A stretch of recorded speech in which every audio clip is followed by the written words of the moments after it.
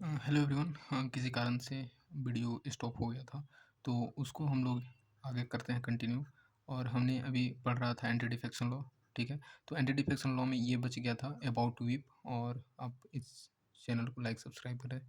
इससे आगे हम लोग देखते हैं। इसमें क्या है कि व्हिप पढ़ना है। व्हिप क्या होता है कि कोई भी पॉलिटिकल पार्टी है, अगर पॉलिटिकल पार्टी कोई मेंबर है उसको ज्वाइन किए हुए है, तो अपने पॉलिटिकल पार्टी के लिए ओबीडियंस रहना है। कहने का मतलब कि पॉलिटिकल पार्टी में रहते हुए किसी दूसरे पॉलिटिकल पार्टी की बड़ाई या फिर उसको अपना पॉलिटिकल पार्टी के बारे में कुछ ऐसा नहीं कहना है कि मतलब उसके अपने पॉलिटिकल पार्टी की ओबीडियंस को मेंटेन करके रखना है। तो ये पार्लियामेंट पैरेलल्स है, ठीक है? ये मतलब कहीं मेंशन नहीं किया गया है व्हिप कोई कॉन्स्टिट्यूशन में। तो लेकिन ये कुछ ओवर द टाइम ये अडॉप्ट किया गया है। जैसे कि एक चीज़ आता है कि written order for party member, मतलब ये जो व्हिप होता है बेसिकली रिटन ऑर्डर होता है कि किस डायरेक्शन में आपको फॉलो करना है, हमारा क्या रूल्स रेगुलेशन है पार्टी के, उस चीज़ को फॉलो करना रहता है। और ये डेजिग्नेटेड रहता है ऑफिसल्स का, जो कि मतलब जो कोई पार्टी का एक कोई मेंबर रहता है, वो उसके ऑथराइज़ जो इश्यू करता है इस डायरेक्शन को, ये भी इसके अंदर में आ जाता है। नेक्स्ट है कि जो टर्म होता है, और ये टर्म कहाँ से लाया गया है, तो ब्रिटिश प्रैक्टिस से। जैसे व्हिपिंग इन, और इसका मतलब होता है कि पार्टी का लाइन, ये इस पार्टी के लाइन को फॉलो करना है, ठीक है? तो यही चीज़ ये इनिशिएट हुआ था ब्रिटिश प्रैक्टिस से। नेक्स्ट हम लोग देखेंगे ordinance making power of president and governor. तो ऑर्डिनेंस मेकिंग पावर ये अलग-अलग है प्रेसिडेंट के पास, दूसरे आर्टिकल में, गवर्नर के अलग आर्टिकल में। तो ये कुछ न्यूज़ में इस कारण से रहा कि जैसे ये कुछ रिसेंट एनालिसिस बताया कि नंबर ऑफ ऑर्डिनेंस जो हैं ये प्रेसिडेंट के द्वारा ये कुछ कम हुए हैं 2019 से, ठीक है? और अभी जैसे कि अगर हम लोग बात करते हैं कि 2022 में, तो फर्स्ट टाइम होता है 59 ईयर में कि कोई भी ऑर्डिनेंस अब नहीं लाया गया, ठीक है? तो अगर हम लोग 59 ईयर्स का बात करते हैं, तब तक 2022 में पहली बार ऐसा है कि कोई भी अ, ऑर्डिनेंस नहीं बनाया गया। तो ये चीज़ इस कारण से थोड़ा-सा हाइलाइटेड टॉपिक हो जाता है। ऑर्डिनेंस मेकिंग पावर का बात करते हैं प्रेसिडेंट गवर्नर का, तो ऑर्डिनेंस जो होता है टेम्परेरी लॉ होता है। कहने का मतलब कि अगर कोई सेशन जो है पार्लियामेंट्री सेशन में नहीं होती है, तो उस बीच में जो है प्रेसिडेंट वहाँ पे ऑर्डिनेंस ला करके उस चीज़ को इनिशिएट कर सकते हैं। लेकिन अगर वही चीज़ है कि अगर फिर सेशन में आता है तो उसके बाद उस ऑर्डिनेंस को चालू रखना, कंटिन्यू करना या फिर वहीं तक स्टॉप कर देना, ये फिर डिसाइड किया जाता है।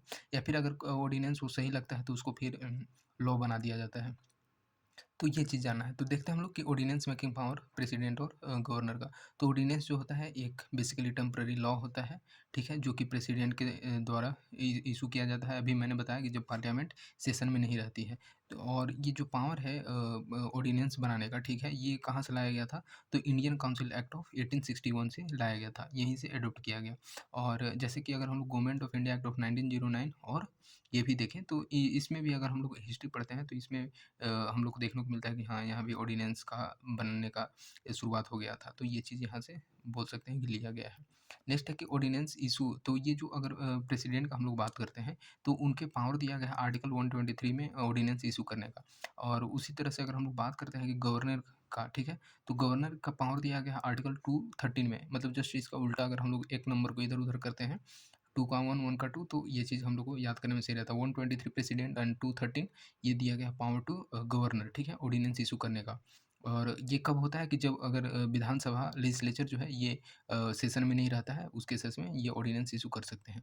नेक्स्ट है कि ये जो ऑर्डिनेंस को बनाया जाता है, लाया जाता है, तो ये वही सेम फ़ोर्स और इफ़ेक्ट करता है, ठीक है? लेजिस्लेचर में, जैसे कि जो भी अगर टेम्परेरी नेचर है, ठीक है? उस केसेस में। तो कहने का मतलब कि अगर ऑर्डिनेंस ला दिया गया तो ये नहीं कि किसी और एक्ट और उस चीज़ से इन्फीरियर है, वो इक्वली ट्रीट करता है, ठीक है? सेम इफ़ेक्ट लाता है, ठीक है? और उस एक्ट के जैसा। और लेकिन ये जो बस बात ये रहता है कि जो ऑर्डिनेंस रहता है वो थोड़ा-सा टेम्परेरी रहता है, ये परमानेंट नहीं रहता है।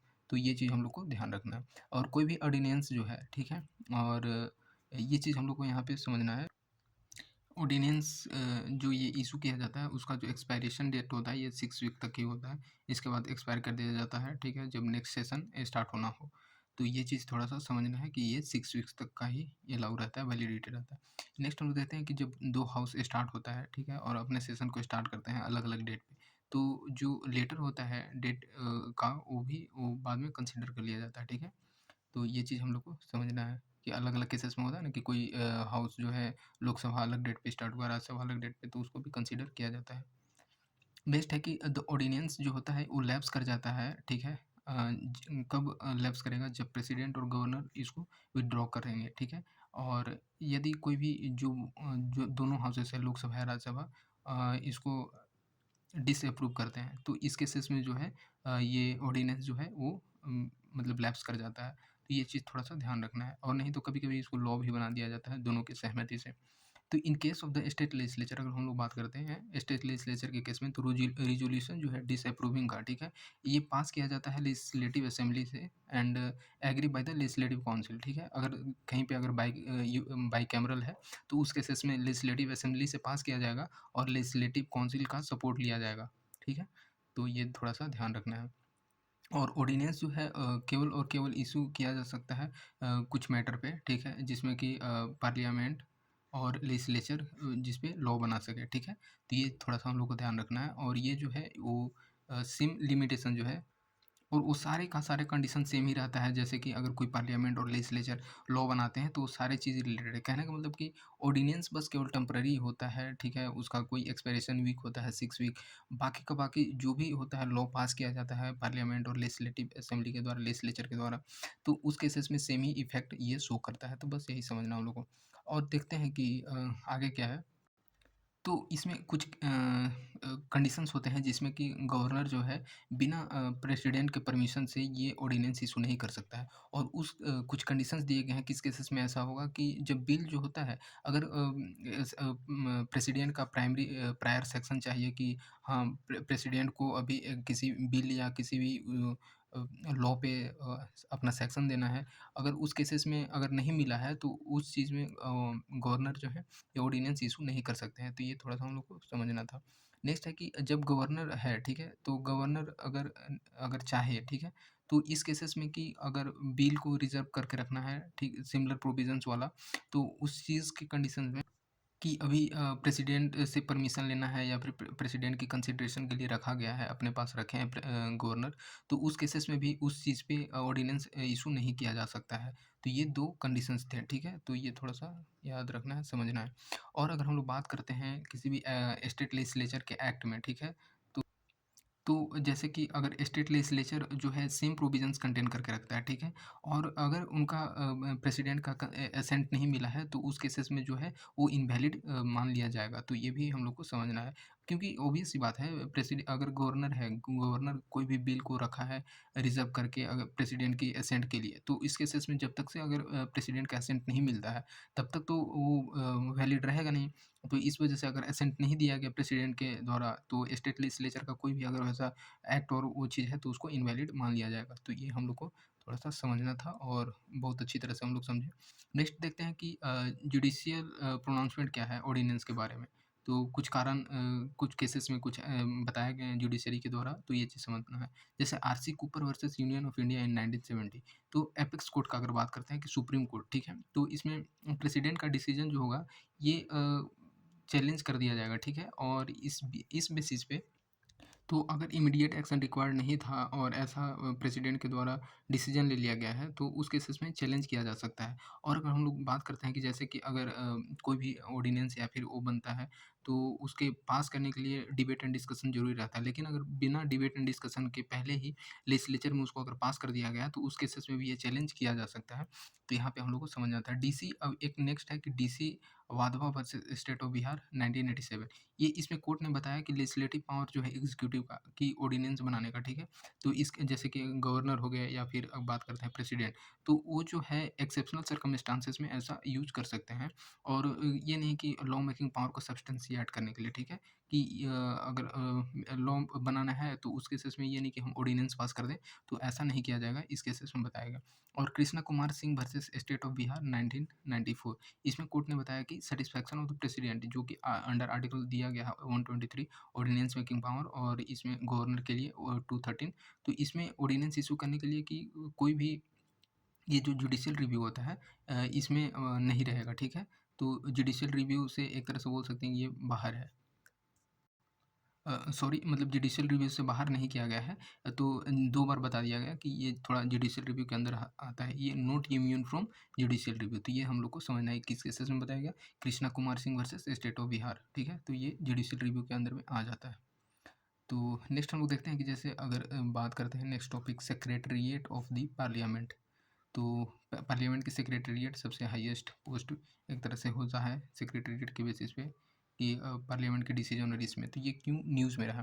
तो एज द पार्लियामेंट कंप्लीट, जैसे 75 ईयर कंप्लीट हो गए पार्लियामेंट के, तो इस कारण से न्यूज़ में रहा। तो पार्लियामेंट सेक्रेटेरिएट जो है ये कस्टोडियन प्रोसीड्यूर का कस्टोडियन होता है, और प्रेसिडेंट और लेजिस्लेटिव नॉलेज होता है दोनों हाउसेस का। तो कहने का मतलब यही है कि इनके जो पार्लियामेंट्री सेक्रेटेरिएट होते हैं, इनके पास अच्छा खासा नॉलेज रहता है उनके प्रोसीडिंग्स और इस चीज़ को लेकर के, प्रोसीड्यूर को लेकर के। तो कॉन्स्टिट्यूशनल प्रोविजंस क्या बताया गया है, आर्टिकल अगर 98 का बात करते हैं तो दोनों हाउस में, ठीक है, या फिर लोकसभा बात करें या राज्यसभा का, तो उसमें दोनों के लिए अलग सेपरेट सेपरेट सेक्रेटेरिएट स्टाफ का है, ठीक है? और पार्लियामेंट बाय लॉ जो है ये रेगुलेट कर सकता है, और रेगुलेट कर सकते हैं, ठीक है? और अगर ऐसा ज़रूरत पड़ता है तो इस केसेस में तो वो जो है कि रिक्रूट कर सकते हैं, या फिर ऐसा सर्विस कंडीशंस है कोई भी पर्सन का, तो अपॉइंट कर सकते हैं एज अ सेक्रेटेरिएट स्टाफ, ठीक है? सेक्रेटेरियल स्टाफ के लिए किसी भी हाउस के लिए ये पार्लियामेंट जो है वो लॉ बना करके उनको अपॉइंट कर सकते हैं। हाउएवर, मतलब अगर बात करते हैं कि ऐसा अभी कोई भी लॉ पास नहीं किया गया है, ठीक है? तो ये भी थोड़ा-सा हम लोग को ध्यान रखना है। नेक्स्ट हम लोग देखते हैं कि ये अलाउ करता है कि कॉन्स्टिट्यूशनल प्रोविजंस में आर्टिकल जो 98 है, ये अलाउ करता है कि जो है पोस्ट होना चाहिए कि दोनों हाउस के लिए कॉमन भी हो सकता है। जैसे होता है ना कि एक जो हाई कोर्ट है वो 2 स्टेट का हो सकता है, उसी तरह से है जो पोस्ट कॉमन टू बोथ, मतलब अगर एक सेक्रेटेरिएट है, ठीक है? एक सेक्रेटरी स्टाफ है, वो दोनों हाउस के लिए कॉमन हो सकता है, तो ये भी आर्टिकल 98 में बताया गया है। आर्टिकल 187 आर्टिकल 187 जो है ये सिमिलर प्रोविजंस कंटेन करता है फॉर द स्टेट लेजिस्लेचर, मतलब 98 जो है ये पार्लियामेंट के लिए है, और स्टेट लेजिस्लेचर के लिए अगर बात करते हैं तो आर्टिकल 187 में बताया गया है सेक्रेटेरिएट पोस्ट के लिए। और नेक्स्ट है कि काउंसिल ऑफ स्टेट सेक्रेटेरिएट और पार्लियामेंट्री सेक्रेटेरिएट, ठीक है? तो ये जो होता है for house of the people, मतलब जो लोकसभा के लिए अगर बात करते हैं, तो ये सेटअप किया गया था कब आया ये 1952 में, ठीक है? तो ये चीज़ हम लोग को थोड़ा सा नॉलेज के लिए याद रखना है कि 1952 में सेटअप किया गया। नेक्स्ट हम लोग देखते हैं कि जब अगर हम लोग बात करते हैं कि उनका जो नाम, ठीक है? नाम चेंज करके सेपरेट कर दिया गया। जैसे राज्यसभा का अगर बात करते हैं तो राज्यसभा सेक्रेटेरिएट, और लोकसभा के लिए लोकसभा सेक्रेटेरिएट, ये कब किया गया? तो 1954 में। ये भी ध्यान रखना है। This secretariat of both house, ठीक है? जो कि डिवाइड कर दिया गया है 10 सर्विस में, कि फंक्शनल बेसिस पे, और जैसे कि लेजिस्लेटिव, एग्जीक्यूटिव, एडमिनिस्ट्रेटिव और वर्बेटिम रिपोर्टिंग सर्विस, इन बेसिस पे है, ऐसे 10 सर्विस हैं। इसके बेसिस पे उनको डिवाइड कर दिया गया है दोनों हाउस में। अगर स्पीकर और चेयरमैन जो है ये न्यू पोस्ट क्रिएट कर सकते हैं, ठीक है? सेक्रेटेरिएट के लिए। और अगर हम लोग बात करते हैं कि अगर क्लास 1 और क्लास 2, ठीक है? तो इसमें जो है कि प्रायर कंसल्टेशन चाहिए यूनियन मिनिस्ट्री ऑफ फाइनेंस। अगर ऐसा कुछ ज़रूरत लगता है तो यूनियन मिनिस्ट्री ऑफ फाइनेंस का कंसल्टेशन के बाद क्लास 1 और क्लास 2 के लिए हम लोग ऐसे इसमें बनाया जा सकता है इसके पोस्ट को, ठीक है? और secretary general of both house, ठीक है? हम लोग तो पढ़े सेक्रेटेरिएट स्टाफ, इसी में आता है सेक्रेटरी जनरल। ये दोनों हाउस के लिए ये रैंक होल्ड करता है। और ये जो रैंक होता है वो कैबिनेट सेक्रेटरी के इक्वल होता है। तो ये थोड़ा सा हम लोग को ध्यान रखना है कि कैबिनेट सेक्रेटरी के इक्वल जो होता है सेक्रेटेरिएट जनरल, जो बोथ हाउस के होते हैं, वो रैंक होल्ड करते हैं। और हाउएवर अगर हम लोग बात करते हैं कि टेबल ऑफ प्रेसिडेंस, तो इस केसेस में तो इस केसेस में कैबिनेट सेक्रेटरी को थोड़ा-सा ऊपर रखा गया है 11th पोज़ीशन पे, और बाकी अगर बात करते हैं कि सेक्रेटरी लोकसभा और राज्यसभा का, तो इसमें 23rd पोज़ीशन पे रखा गया है। बस यही जानना था। अगर स्ट्रक्चर ऑफ सेक्रेटेरिएट का बात कर लेते हैं, लोकसभा और साथ ही साथ राज्यसभा। तो इसमें लोकसभा स्पीकर, लोकसभा में ये होता है कि अल्टीमेट गाइडेंस जो और कंट्रोल होता है किसका? तो स्पीकर का होता है, ठीक है? सेक्रेटेरिएट के ऊपर। तो ये चीज़ समझना है। और उसी तरह से एडमिनिस्ट्रेटिव हेड जो होता है, ये सेक्रेटरी जनरल होते हैं एडमिनिस्ट्रेटिव हेड। और रिक्रूटमेंट और कंसल्टेशन ऑफ सर्विस के लिए जो होता है, तो गवर्नमेंट जो ये गवर्न किया जाता है लोकसभा सेक्रेटेरिएट के द्वारा, ठीक है? तो ये एक रूल है, Lok Sabha secretariat recruitment and conditions of service rule 1955, इसके द्वारा फॉर्मूलेट किया गया, और ये प्रेसिडेंट के द्वारा, और जब ये भी फॉर्मूलेट किया गया कंसल्टेशन विद स्पीकर। तो ये चीज़ थोड़ा-सा हम लोग को समझना है कि ये रिक्रूटमेंट और कंडीशन ऑफ सर्विस जब हम लोग सेक्रेटेरिएट स्टाफ को रिक्रूट करते हैं, तो इस रूल के अकॉर्डिंग, और ये प्रेसिडेंट के द्वारा फॉर्मूलेट करके स्पीकर के कंसल्टेशन पे ही ऐसा लाया गया। तो ये लोकसभा का कुछ कंडीशंस और स्ट्रक्चर है। राज्यसभा में बात करते हैं तो ये चेयरमैन होता है सबसे, और चेयरमैन जो होते हैं वाइस प्रेसिडेंट होते हैं राज्यसभा में, ठीक? तो ये जो भी है एडमिनिस्ट्रेटिव कंट्रोल ओवर सेक्रेटेरिएट, तो यही करते हैं ये चेयरमैन राज्यसभा का। एडमिनिस्ट्रेटिव हेड जो होता है ये सेक्रेटरी जनरल होता है, इसी की तरह जो हम लोग लोकसभा में देखा। फिर रिक्रूटमेंट और कंडीशन ऑफ सर्विस, ये भी रूल बनाया गया, ये 1955 में आया, लेकिन इसमें हम लोग बात करते हैं तो ये 1957 में, कि Rajya Sabha secretariat recruitment and conditions of service rule 1957 ये फॉर्मूलेट किया गया, ये भी प्रेसिडेंट के, और कंसल्टेशन विथ चेयरमैन। तो जैसे कि लोकसभा में होता है, तो ये थोड़ा-सा हम लोग को समझना था। नेक्स्ट हम लोग देखते हैं कि डेमोक्रेटिक डिसेंट्रलाइजेशन इन इंडिया, ये बहुत ज़रूरी है डेमोक्रेटिक डिसेंट्रलाइजेशन। और अगर हम लोग बात करते हैं पंचायती राज इंस्टीट्यूशन, तो ये भी डेमोक्रेटिक डिसेंट्रलाइजेशन से ही रिलेटेड समथिंग हो जाता है। जैसा कि हम लोग 73rd, यही तो बात ही करना है, 73rd और 74th अमेंडमेंट एक्ट, तो ये चीज़ हो जाता है। ये इस कारण से न्यूज़ में रहा, क्योंकि जो 2023 में ये 30 एनिवर्सरी इसका हो रहा है, तो इस कारण से ये न्यूज़ में हाइलाइटेड हो जाता है। तो ये हाइलाइटेड टॉपिक है, पूछा भी जाता है, हमारे एग्जाम पॉइंट ऑफ व्यू से इंपॉर्टेंट हो जाता है। हम लोग बात करते हैं पेशा का, ठीक है? तो ये भी ज़्यादा इंपॉर्टेंट हो जाता है, तो ये थोड़ा-सा समझते हैं।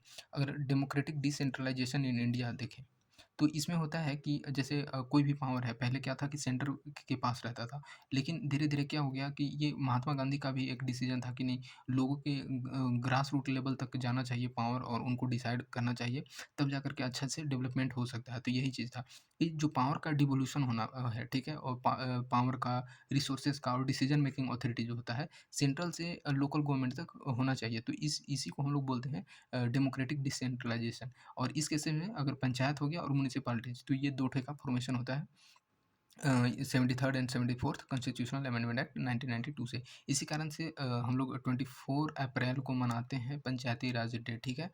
तो नेशनल पंचायती राज, तो ये थोड़ा-सा हम लोग को समझना है। इसी तरह से ये कब फ़ोर्स में आया, तो 1993 में ये इंट्रोड्यूस किया गया, डेमोक्रेटिक डिसेंट्रलाइजेशन इन इंडिया। ये तो फ़ॉर्मूलेट किया गया एक्ट 1992 में, लेकिन जब फ़ोर्स में आया 1993 से। तो हम लोग देख लेते हैं 73rd कॉन्स्टिट्यूशनल अमेंडमेंट एक्ट, ये हम लोग को लक्ष्मीकांत पे अच्छे से डिटेल में पढ़ना है, तो वहाँ पे आप अच्छे से इसका स्टैटिक पार्ट समझ सकते हैं। तो ये जो है पंचायती राज इंस्टीट्यूशन, ये कॉन्स्टिट्यूशनलाइज़ हुआ एक्ट के अकॉर्डिंग आया, और ये एक्ट है, इसका आप नाम देख सकते हैं 73rd कॉन्स्टिट्यूशनल अमेंडमेंट एक्ट 1992। और ये ऐड किया एक नए पार्ट को, ये आप देख सकते हैं पार्ट 9th, और साथ ही साथ ये है 9th ए, ठीक है? तो ये हम लोग को समझना है। और जैसे कि अगर हम लोग देखते हैं कि ये इसमें आर्टिकल दिया गया है, आर्टिकल 243 टू 243 ओ, और लेकिन अगर इसका बात करते हैं कि 74th कॉन्स्टिट्यूशनल, तो ये 243 पी टू 243 जेड जी, ये यहाँ तक दिया गया है। ये ऐड किया 11th शेड्यूल, ठीक है? ये पार्ट 9th 11th शेड्यूल, और इसमें बताया गया कि 29th इसमें आइटम दिए गए हैं, ठीक है? जैसे सब्जेक्ट लिस्ट होते हैं, तो इसमें 29th सब्जेक्ट हैं, और इसमें है 18, ठीक है? म्युनिसिपैलिटी में, और ये ऐड किया गया 12th शेड्यूल। तो 11th और 12th शेड्यूल रिलेटेड है 73rd और 74th respectively constitutional amendment act से। यहाँ तक हम लोग समझ आता है। Step taken to strengthen PRI, मतलब पंचायती राज इंस्टीट्यूशन को और मजबूत बनाने के लिए क्या-क्या स्टेप लिए गए, इसको समझना है। जैसे अगर हम लोग बात करते हैं राष्ट्रीय ग्राम स्वराज अभियान, तो ये भी एक स्टेप था कि ये फॉर डेवलपमेंट और स्ट्रेंथन प्रोवाइड करना पंचायती राज इंस्टीट्यूशन को। तो एक गठन हुआ कि राष्ट्रीय ग्राम स्वराज अभियान। साथ ही साथ ई ग्राम स्वराज, ये एक है ई ग्राम स्वराज, तो ये चीज़ हो जाता है कि यूज़र फ्रेंडली वेब पोर्टल है। तो वैसे भी नाम से ही पता चल रहा है, तो इसमें ज़्यादा कोई वो चीज़ इश्यू नहीं है, ठीक है? और ये यूनिफ़ाई करता है प्लानिंग करना, ठीक है? अकाउंटिंग करना, मॉनिटरिंग करना, और फंक्शनिंग जो भी होता है एक ग्राम पंचायत में, तो इसके अकॉर्डिंग, इसके बेसिस पे ऑनलाइन ये वेब पोर्टल हो जाता है, ई ग्राम स्वराज। नेक्स्ट हम लोग देखते हैं कि पीपल्स प्लान कैंपेन, ठीक है? पीपल्स पीपीसी, तो इसका नाम है सबकी योजना सबकी विकास। तो ये भी हम लोग को समझना है, जैसे बेसिकली मेंस के एग्ज़ाम में कोट कर कोट कर सकते हैं, तो ज़्यादा कुछ इम्पोर्टेंट नहीं हो जाता हमारे लिए, तो छोड़ देते हैं इसको। आप जब पढ़ेंगे तो अच्छे से इसमें ज़्यादा हम लोग को टाइम क्या इशू करे, ठीक है। नेक्स्ट है कि जैसे बैकवर्ड रीजन ग्रांट फंड, तो ये भी है इससे रिलेटेड। तो इसमें ज़्यादा हम लोग को समझना कोई और चीज़ नहीं लगता कि फंड जो है, fund are given for meeting critical gap in local infrastructure. जैसे कोई अगर इंफ्रास्ट्रक्चर बनाना है, उसमें अगर किसी कारणवश अगर उनको फंड नहीं है, तो ये फंड प्रोवाइड किया जाता है बैकवर्ड रीजन ग्रांट फंड से। तो यही चीज़ जानना था। जैसे national institution of rural development और पंचायती राज, तो ये चीज़ आ जाता है कि ऑटोनोमस ऑर्गेनाइजेशन है, ये किस मिनिस्ट्री के अंदर आता है, तो ministry of rural development for capacity building of rural development functionaries. कुछ कुछ होते हैं जो कि रिक्वायरमेंट होते हैं रूरल एरिया को डेवलप करने के लिए, तो ये सारे चीज़। तो जैसे कि इसमें होता है कि लोकल इलेक्टेड रिप्रेजेंटेटिव होते हैं, बैंकर्स होते हैं, एनजीओ होते हैं इस चीज़ में, ठीक है। National institution for rural development में तभी तो डेवलपमेंट के लिए प्रोवाइड किया जाएगा लोन या फिर जो भी चीज़ होते हैं फंड, ठीक है। और नेशनल पंचायती अवार्ड देखें तो इस पोस्ट के अंदर, ठीक है, under this best performing panchayat को अवार्ड प्रोवाइड किया जाता है, ठीक है। तो बस यही चीज़ है। और अगर हम लोग देखते हैं कि संविदा स्कीम, तो ये इंपॉर्टेंट हो जाता है, समझिए कि संविदा स्कीम किससे रिलेटेड है, तो ये प्रोवाइड करता है रिकॉर्ड ऑफ स्वामित्व, सॉरी मैं गलत पढ़ रहा था, स्वामित्व स्कीम, ठीक है।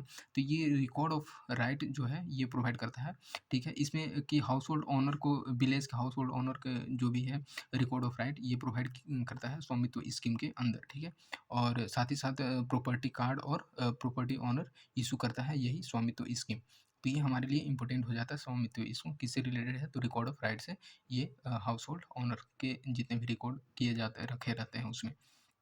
इम्पोर्टेंट पंचायती राज कमेटी है कुछ कमेटी, ये हमारे लिए वन डे एग्जाम में ज़्यादा इंपॉर्टेंट हो जाता है। जैसे अगर हम लोग देखते हैं बलवंत राय मेहता कमेटी, ये 1957 में आया। मतलब धीरे धीरे कमेटी का रिकमेंडेशन आते रहा था कि आप ऐसे ऐसे चेंज करो, 3 टीयर रखो, 2 टीयर रखो, तब जा करके अच्छे से डेवलपमेंट होगा, तब जा करके डिसेंट्रलाइजेशन अच्छे से होगा। तो सबका अलग अलग कमेटी का रिकमेंडेशन अलग अलग आ रहा था, तो यही समझना था। जैसे कि अगर अशोक मेहता कमेटी बात करते तो 1977 में आया।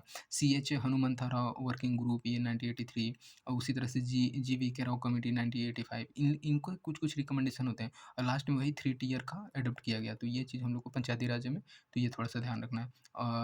LM Singhvi committee 1986। उसी तरह से है थंगन कमेटी। मतलब कोई वन डे एग्जाम होता है ना, उसमें डायरेक्ट पूछ देगा कि थंगन कमेटी किससे रिलेटेड है, कब लाया गया, तो 1988। तो ये थोड़ा सा ध्यान रखना है, LM सिंघवी 1986।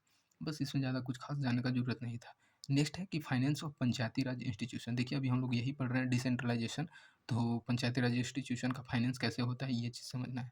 क्योंकि ये न्यूज़ में इस वजह से रहा कि जो आरबीआई ये रिपोर्ट रिलीज करती है और इसका टाइटल रहता है कि finance of Panchayati Raj institution, ठीक है।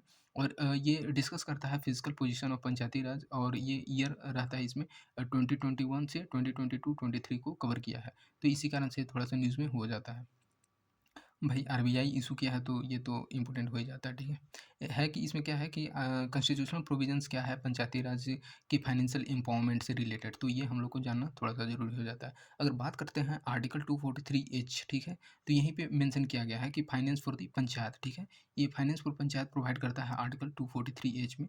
और इसमें ये रहता है कि ऑथराइजेशन फ्रॉम स्टेट लेजिस्लेचर ये सिक्योर करता है, और ये grant in aid to the panchayat from the consolidated fund of India. तो हम लोग ये पूछेगा कि किस फंड ऑफ इंडिया से, कि एक होता है कंटिजेंसी फंड ऑफ इंडिया और एक कंसोलिडेटेड फंड ऑफ इंडिया। तो ये कंसोलिडेटेड फंड ऑफ इंडिया से स्टेट के कंसोलिडेटेड फंड ऑफ इंडिया, ये कि नहीं कि सेंटर का, ठीक है। तो यहाँ से इसको फंड प्रोवाइड किया जाता है, ये आर्टिकल 243H के अकॉर्डिंग। नेक्स्ट हम लोग देखते हैं कि 243I, तो ये भी जो है कि ये सेट करता है स्टेट फाइनेंस कमीशन का, ठीक है, और एवरी 5 ईयर, ठीक है। तो स्टेट फाइनेंस कमीशन किसके डेवलपमेंट के लिए, तो ये ऑब्वियस सी बात है कि पंचायती राज इंस्टीट्यूशन के डेवलपमेंट में भी ये थोड़ा सा अच्छा प्रोग्रेस रिव्यू करता है, ठीक है। तो इस कारण से कि फाइनेंशियल पोजीशन कैसा है पंचायत का, और रिकमेंडेशन प्रोवाइड करता है कि क्या इम्प्रूवमेंट लाना चाहिए। तो इसके लिए ये 5 साल में हर एक बार गठन होता है। बोल सकते हैं कि जैसे गवर्नमेंट चेंज हुई तो उस तरह से बनाया गया। तो ये आ जाता है आपका 43 में कि कब एवरी 5 ईयर में फाइनेंस कमीशन का किस आर्टिकल के अंदर आता है, तो आर्टिकल 243I, बस यही थोड़ा सा ध्यान रखना। आर्टिकल 283BB का अगर इसमें देखें तो ये जैसे कि सेंट्रल गवर्नमेंट फाइनेंस कमीशन को रिकमेंडेशन प्रोवाइड करती है, ठीक है। ये इसमें, तो इसमें यही रहता है कि जो सेंटर है ये सेंट्रल फाइनेंस कमीशन वो रिकमेंड करता है कुछ मेजर्स, ठीक है। और कंसोलिडेटेड फंड ऑफ स्टेट को कि कैसे आप पंचायत रिसोर्सेज को सप्लीमेंट कर सकते हैं, उसको कैसे मदद और ये कर सकते हैं। तो बेसिकली सेंट्रल इसमें इन्वॉल्व होता है। नेक्स्ट है source of finance for Panchayati Raj institution. तो कौन-कौन ऐसे सोर्स हैं जहाँ से पंचायती राज इंस्टीट्यूशन के लिए बेनिफिटेड होता है? तो ये थोड़ा-सा कहीं न कहीं थोड़ा-सा हम लोग को पूछा जा सकता है मोल्ड करके। जैसे कि इंटरनल और ऑन सोर्स ऑफ रेवेन्यू, इनके कुछ अपने सोर्स ऑफ रेवेन्यू होते हैं, जैसे कि टैक्स रेवेन्यू। तो ये भी कि आपको दे सकता है ऑप्शन में कि टैक्स कलेक्शन किसके अंडर में होता है, नहीं होता है। तो यहाँ से हम लोग समझ सकते हैं कि टैक्स रेवेन्यू कलेक्ट करना इनका अंडर रहता है, ठीक है? पंचायती राज इंस्टीट्यूशन में। फ्रॉम दी जैसे कि प्रॉपर्टी टैक्स हो गया लैंड से, ठीक? जैसे कि और साथ ही साथ एग्रीकल्चर लैंड है या फिर बिल्डिंग है या फिर दोनों है, ठीक है? तो इस केसेस में यहाँ से जो टैक्स कलेक्ट होता है तो इनका एक सोर्स हो जाता है फाइनेंस का। साथ ही साथ देखते हैं कि टैक्स ऑन ड्यूटीज़, ठीक है? ड्यूटीज़ और कमोडिटीज़, साथ ही साथ सर्विस टैक्स और tax on professions, trade etcetera. तो ये सारे ऐसे टैक्स कलेक्शन का इनके अंडर होता है। नॉन टैक्स रेवेन्यू का अगर हम लोग बात करते हैं, जैसे कि मार्केट फीस हो गया, कोई भी पर्सन एक्सपोर्ट कर रहा है गुड्स का या फिर उसको सेल कर रहा है, तो उस चीज़ में वो चीज़ होना चाहिए आपके पंचायती एरिया में। तो इस कंडीशन में होता है कि ये नॉन टैक्स रेवेन्यू के अंदर में आता है और यहाँ से ये पैसे लेते हैं। और जैसे फ़ी ऑफ रजिस्ट्रेशन, जैसे कि कैटल का रजिस्ट्रेशन करना है, बेचना है, तो इस केसेस में जो होता है कि उस पंचायत एरिया में, तो वहाँ पे भी ये एक टैक्स कलेक्शन का काम बन जाता है। और हम लोग देखते हैं कि transfer of fund from central finance commission and state finance commission, कि जैसे क्या होता है कि पंचायती राज इंस्टीट्यूशन के डेवलपमेंट के लिए सेंट्रल भी हेल्प करती है और साथ ही साथ स्टेट स्टेट गवर्नमेंट भी। तो इस केसेस में जैसे कि टाइड ग्रांट, ठीक है?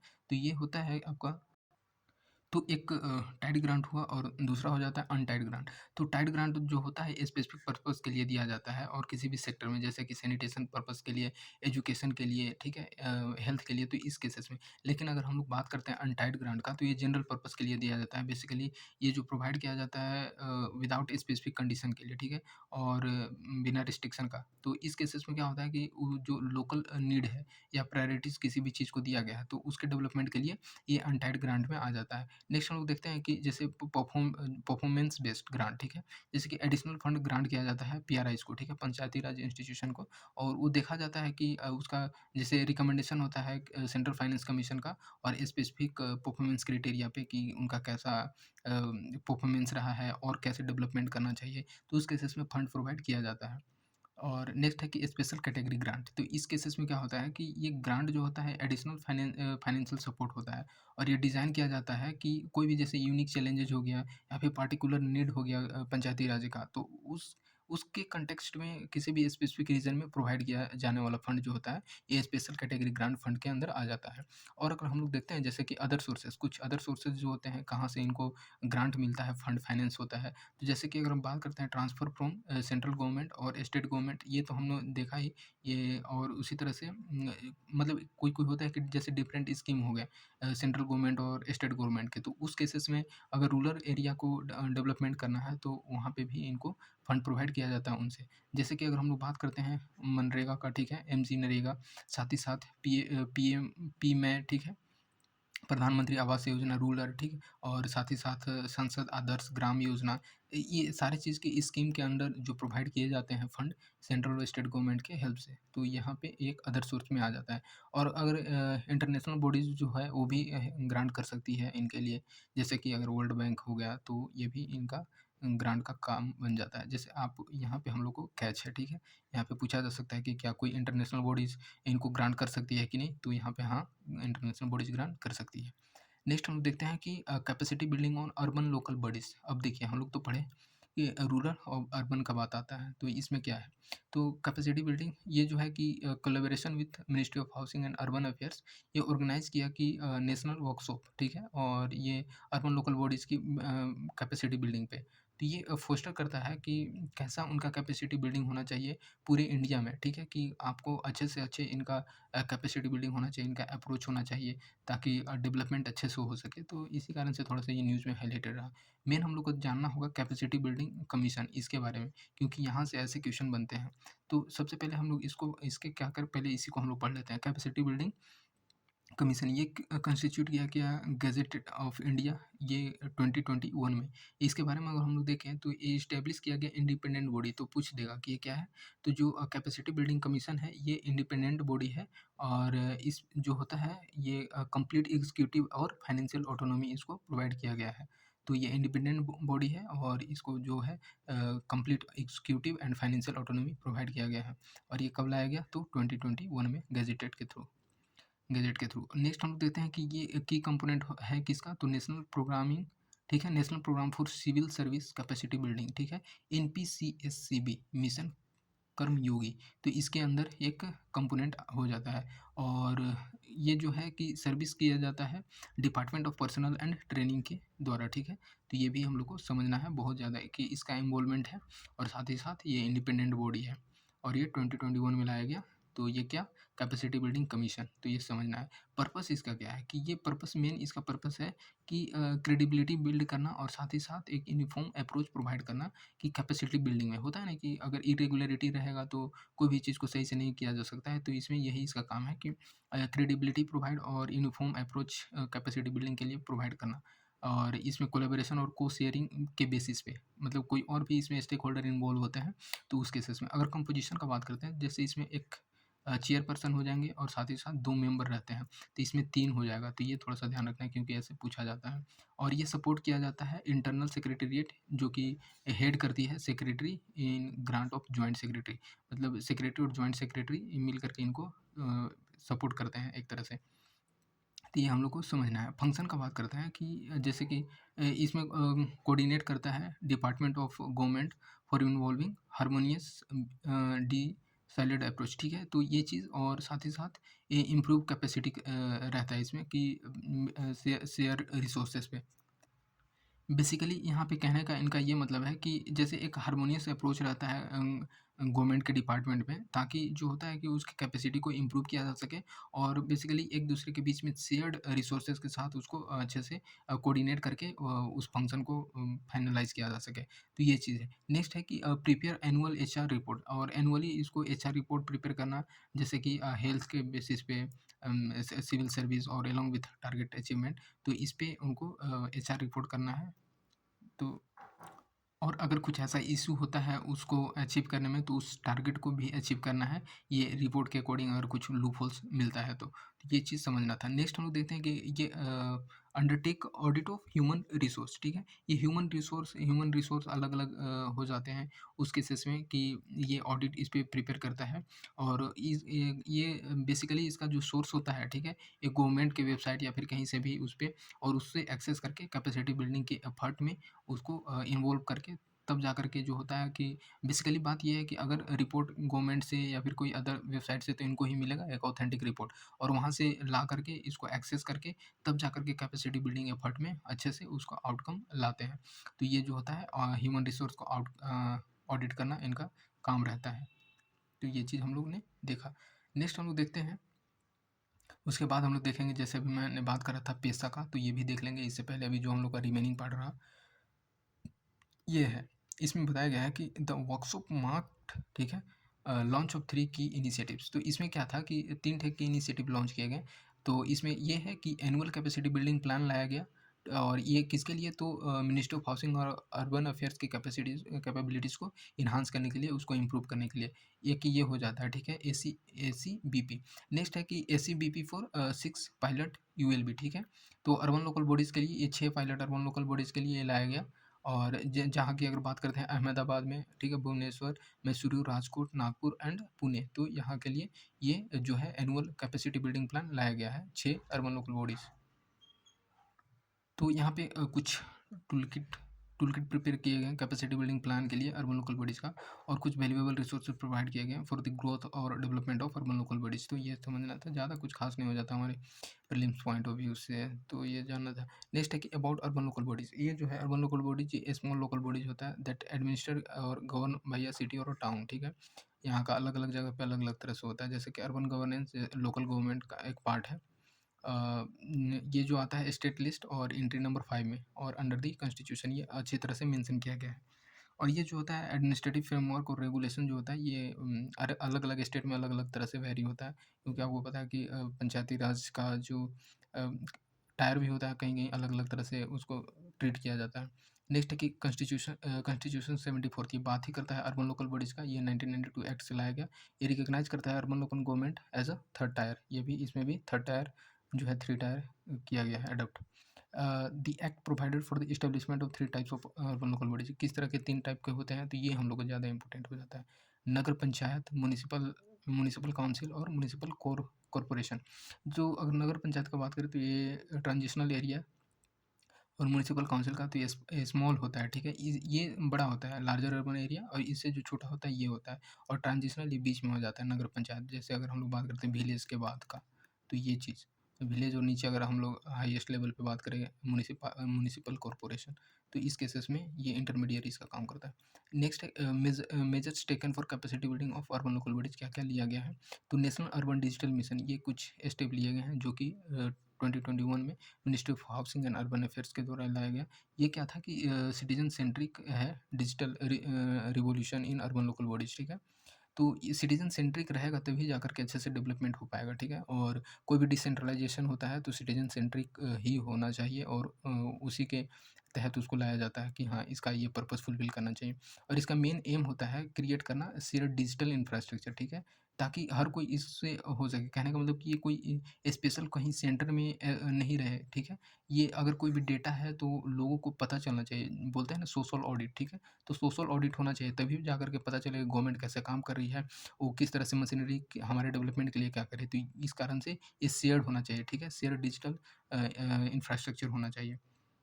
और ये जो है ये 3 पिलर, जैसे कि ऑफ ऑफ पीपल, प्रोसेसेस और प्लेटफ़ॉर्म, ठीक है? लोगों के लिए, लोगों को से जो बोला जाता है ना कि ये सारी चीज़ को लोगों को तो पता ही नहीं जो होना चाहिए कि प्रोसेस कैसा कर रहा है, प्लेटफ़ॉर्म कैसे प्रोवाइड किया जा रहा है इस डिजिटल गवर्नेंस में, ठीक है? तो ये चीज़ हम लोग को समझना है। इसके बेसिस पे इसका मेन मोटो था नेशनल अर्बन डिजिटल मिशन का। नेक्स्ट है कि national institution of urban affairs, NIUA, ये अपॉइंट किया इस मिशन के लिए, ठीक है? तो ये इस्टेब्लिश किया गया 1976 में, और इसका प्रीमायर इंस्टीट्यूशन है फॉर रिसर्च के लिए यूज़ किया, ट्रेनिंग के पर्पज़ से, इंफॉर्मेशन डिसेमिनेशन और अर्बन डेवलपमेंट और मैनेजमेंट के लिए इसका मेन वर्क था। म्युनिसिपल बॉन्ड जो होता है, ये जो है ये फाइनेंशियल इंस्ट्रूमेंट है। फाइनेंशियल इंस्ट्रूमेंट जो कि म्युनिसिपल कॉर्पोरेशन और अदर एसोसिएटेड बॉडीज़ जो है इश्यू करते हैं ये, और इसलिए ताकि फंड को रेज़ किया जा सके। जैसा होता है ना कि बॉन्ड इश्यू किया जाता है अलग-अलग तरह का गवर्नमेंट के द्वारा, कोई भी फाइनेंस को एब्ज़ॉर्ब करने के लिए। तो इसी कारण से म्युनिसिपल बॉन्ड होता है। तो ये हमारे लिए इम्पोर्टेंट हो जाता है कि म्युनिसिपल बॉन्ड जो होता है किसके द्वारा इश्यू किया जाता है? तो म्युनिसिपल बॉन्ड जो होता है ये किया जाता है म्युनिसिपल कॉर्पोरेशन और अदर एसोसिएट बॉडीज़ के द्वारा, ठीक है? और ये फंड रेंज करने के लिए। नेक्स्ट आ जाता है हम लोग के लिए सबसे इम्पोर्टेंट टॉपिक, ये पंचायत, ठीक है? Panchayat extension to the scheduled area act 1996, इसका नाम ही है। और ये इस कारण से रहा कि झारखंड जो है, झारखंड इश्यू किया panchayat extension to schedule area act, PESA act, draft rule, ठीक है? इस कारण से ये न्यूज़ में हो जाता है। तो हम लोग बात कर लेते हैं पेशा एक्ट 1996 पे, ठीक है? ये किसके रिकमेंडेशन पे बना? तो ये आ जाता है दिलीप सिंह भूरिया कमेटी, बेसिकली इसको भूरिया कमेटी के नाम से जाना जाता है।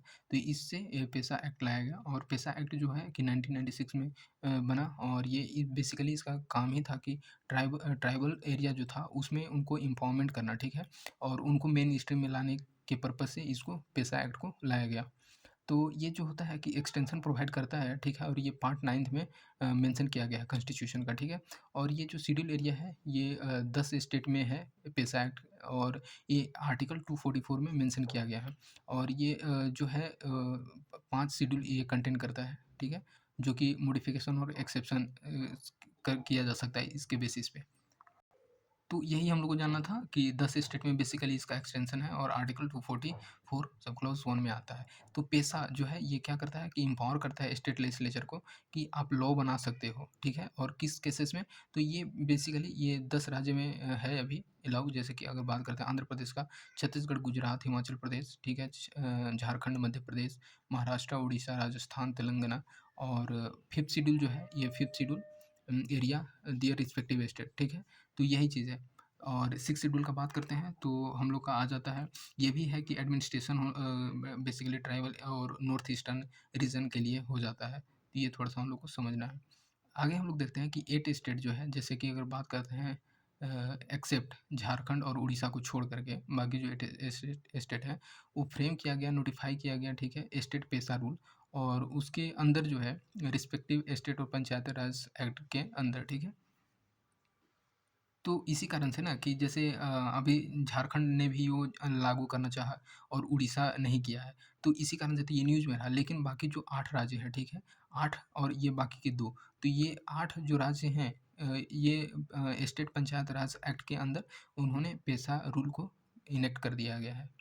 तो ये चीज़ हम लोग को जानना था। देखते हैं कि द मिनिस्ट्री ऑफ पंचायती राज, ठीक है? ये जो होता है इसके लिए नोडल मिनिस्ट्री है ये पेशा के लिए, और इसका इम्प्लीमेंटेशन करना है स्टेट में, तो इसके लिए कौन-सा है, तो मिनिस्ट्री ऑफ पंचायती राज यही सबसे सुपीरियर हो जाता है। नेक्स्ट है कि पेशा एक्ट, इसको हम लोग बोलते हैं कॉन्स्टिट्यूशन विदिन द कॉन्स्टिट्यूशन। ये ज़्यादा इम्पोर्टेंट हो जाता है मेंस में कि तो इसमें कुछ अलग-अलग फीचर्स हैं पेशा एक्ट 1996 का। जैसे कि हम लोग देखते हैं कि कन्फर्मिटी विथ कस्टमरी लॉ। कहने का मतलब क्या है कि बेसिकली इसी वजह से तो यहाँ पे ये किया गया था कि जो लोगों के अलग-अलग कस्टम्स होते हैं, अलग-अलग practice, religious practice, traditional customs होते हैं, तो उसको प्रिज़र्व करके रखना, और ये काम आ जाता है स्टेट लेजिस्लेशन के हाथ में। अगर आप ऐसा रूल बना रहे हो तो उनको एब्रोगेट नहीं करना है बेसिकली। पंचायत के अगर आप पंचायत के लिए अगर आप रूल बना रहे हो इस पेशा एक्ट के अंदर, तो बेसिकली यही था। नेक्स्ट है कि ग्राम सभा। ग्राम सभा में जैसे कि कोई भी हर एक जो विलेज होता है, ठीक है?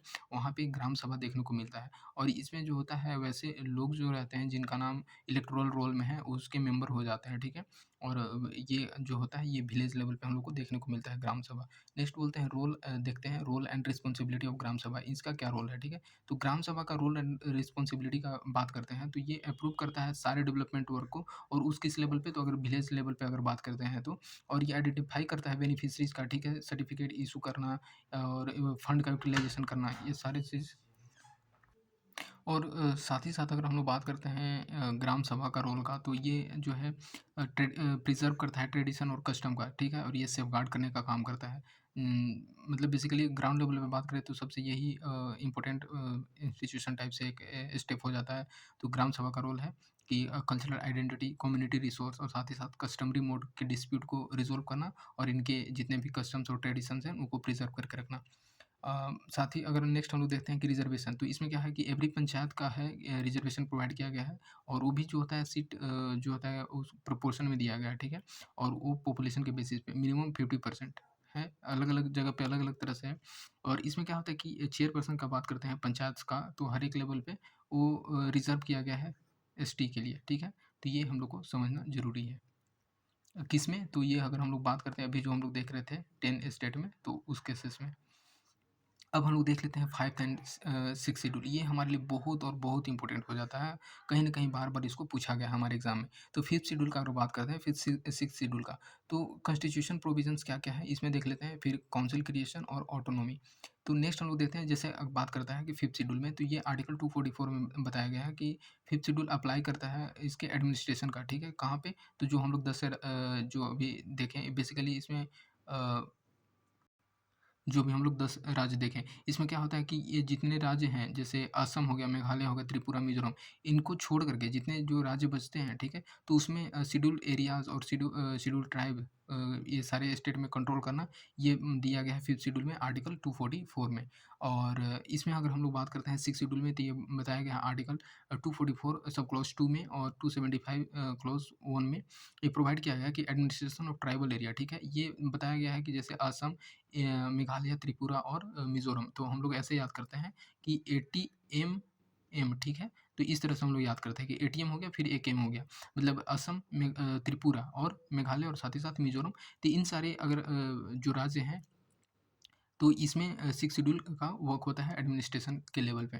नेक्स्ट है कि काउंसिल क्रिएशन का बात करते हैं, तो bye act of state legislature, तो यहाँ पे 5th शेड्यूल में स्टेट लेजिस्लेचर के अंदर आता है, लेकिन अगर हम लोग 6th शेड्यूल का बात करते हैं, तो ऑटोनॉमस डिस्ट्रिक्ट काउंसिल का गठन किया गया है कॉन्स्टिट्यूशन में। ये कॉन्स्टिट्यूशन में मतलब ऐसा बताया गया है कि अगर इसके डेवलपमेंट और एडमिनिस्ट्रेशन का बात करेगा, तो ये एडीसी के अंदर आएगा, जो भी डिसीजन ये चीज़ लेना है। लेकिन अगर हम लोग 5th शेड्यूल में बात करें, तो स्टेट लेजिस्लेचर इसका हेड होगा, कोई भी अगर काउंसिल क्रिएशन करना है तो। ऑटोनॉमी का बात करते हैं, तो panchayat extension to schedule area act 1996 का बात करते हैं, तो सेल्फ गवर्नेंस थ्रू ग्राम सभा, ठीक है? और इसमें जो होते हैं लोग रहते हैं 5th शेड्यूल में, ये चीज़ होता है। तो ये ग्राम सभा के द्वारा ये गवर्न किया जाता है एट विलेज लेवल, ठीक है? और 5th शेड्यूल जो है ये ट्राइबल एडवाइजरी काउंसिल है, वो ये केवल और केवल एडवाइजरी पावर इसमें प्रोवाइड किया गया है, ठीक है? ट्राइबल एडवाइजरी काउंसिल को। ये नहीं कि बाकी रूल बनाते कभी-कभी होता है ना, तो ये चीज़ ऐसा इसमें नहीं है, केवल एडवाइज़री पावर प्रोवाइड किया गया है। ने इसमें हम लोग देखते हैं कि ग्रेटर ऑटोनॉमी दिया गया है कंपेयर टू 5th शेड्यूल, ठीक है? इसमें मतलब इसमें जो ऑटोनोमस डिस्ट्रिक्ट काउंसिल है, इनको ज़्यादा ऑटोनॉमी प्रोवाइड किया गया है। और एडीसी की बात करते हैं तो इसका वाइडर पावर है ये ट्राइबल एडवाइज़री का। हम लोग 5th शेड्यूल में बात करें तो ट्राइबल एडवाइज़री केवल एडवाइज़री पावर है, लेकिन एडीसी में देखें तो ये कहीं इससे ज़्यादा दिया गया है, स्कोप है। ये हम लोग पढ़ेंगे नेक्स्ट लेक्चर में कि अदर इम्पोर्टेंट न्यूज़ कुछ-कुछ है, जैसे कि panel of vice chairman, parliament session है कुछ, ठीक है? फिर immunity of for president rule, ये सारी चीज़ जो है हम लोग नेक्स्ट वीडियो में कवर करेंगे। तो होप कि आपको अच्छा लगा होगा, और इस तरह से हम लोग ख़त्म करते हुए नेक्स्ट हम लोग कंप्लीट कर लेंगे। देखेंगे आगे सेंट्रल स्टेट रिलेशन, और इसका भी बहुत जल्द हम लोग कवर करेंगे। होप कि आपको अच्छा लगा, तो प्लीज़ लाइक, शेयर, सब्सक्राइब, बस यही आपसे रिक्वेस्ट रहेगा। Thank you very much.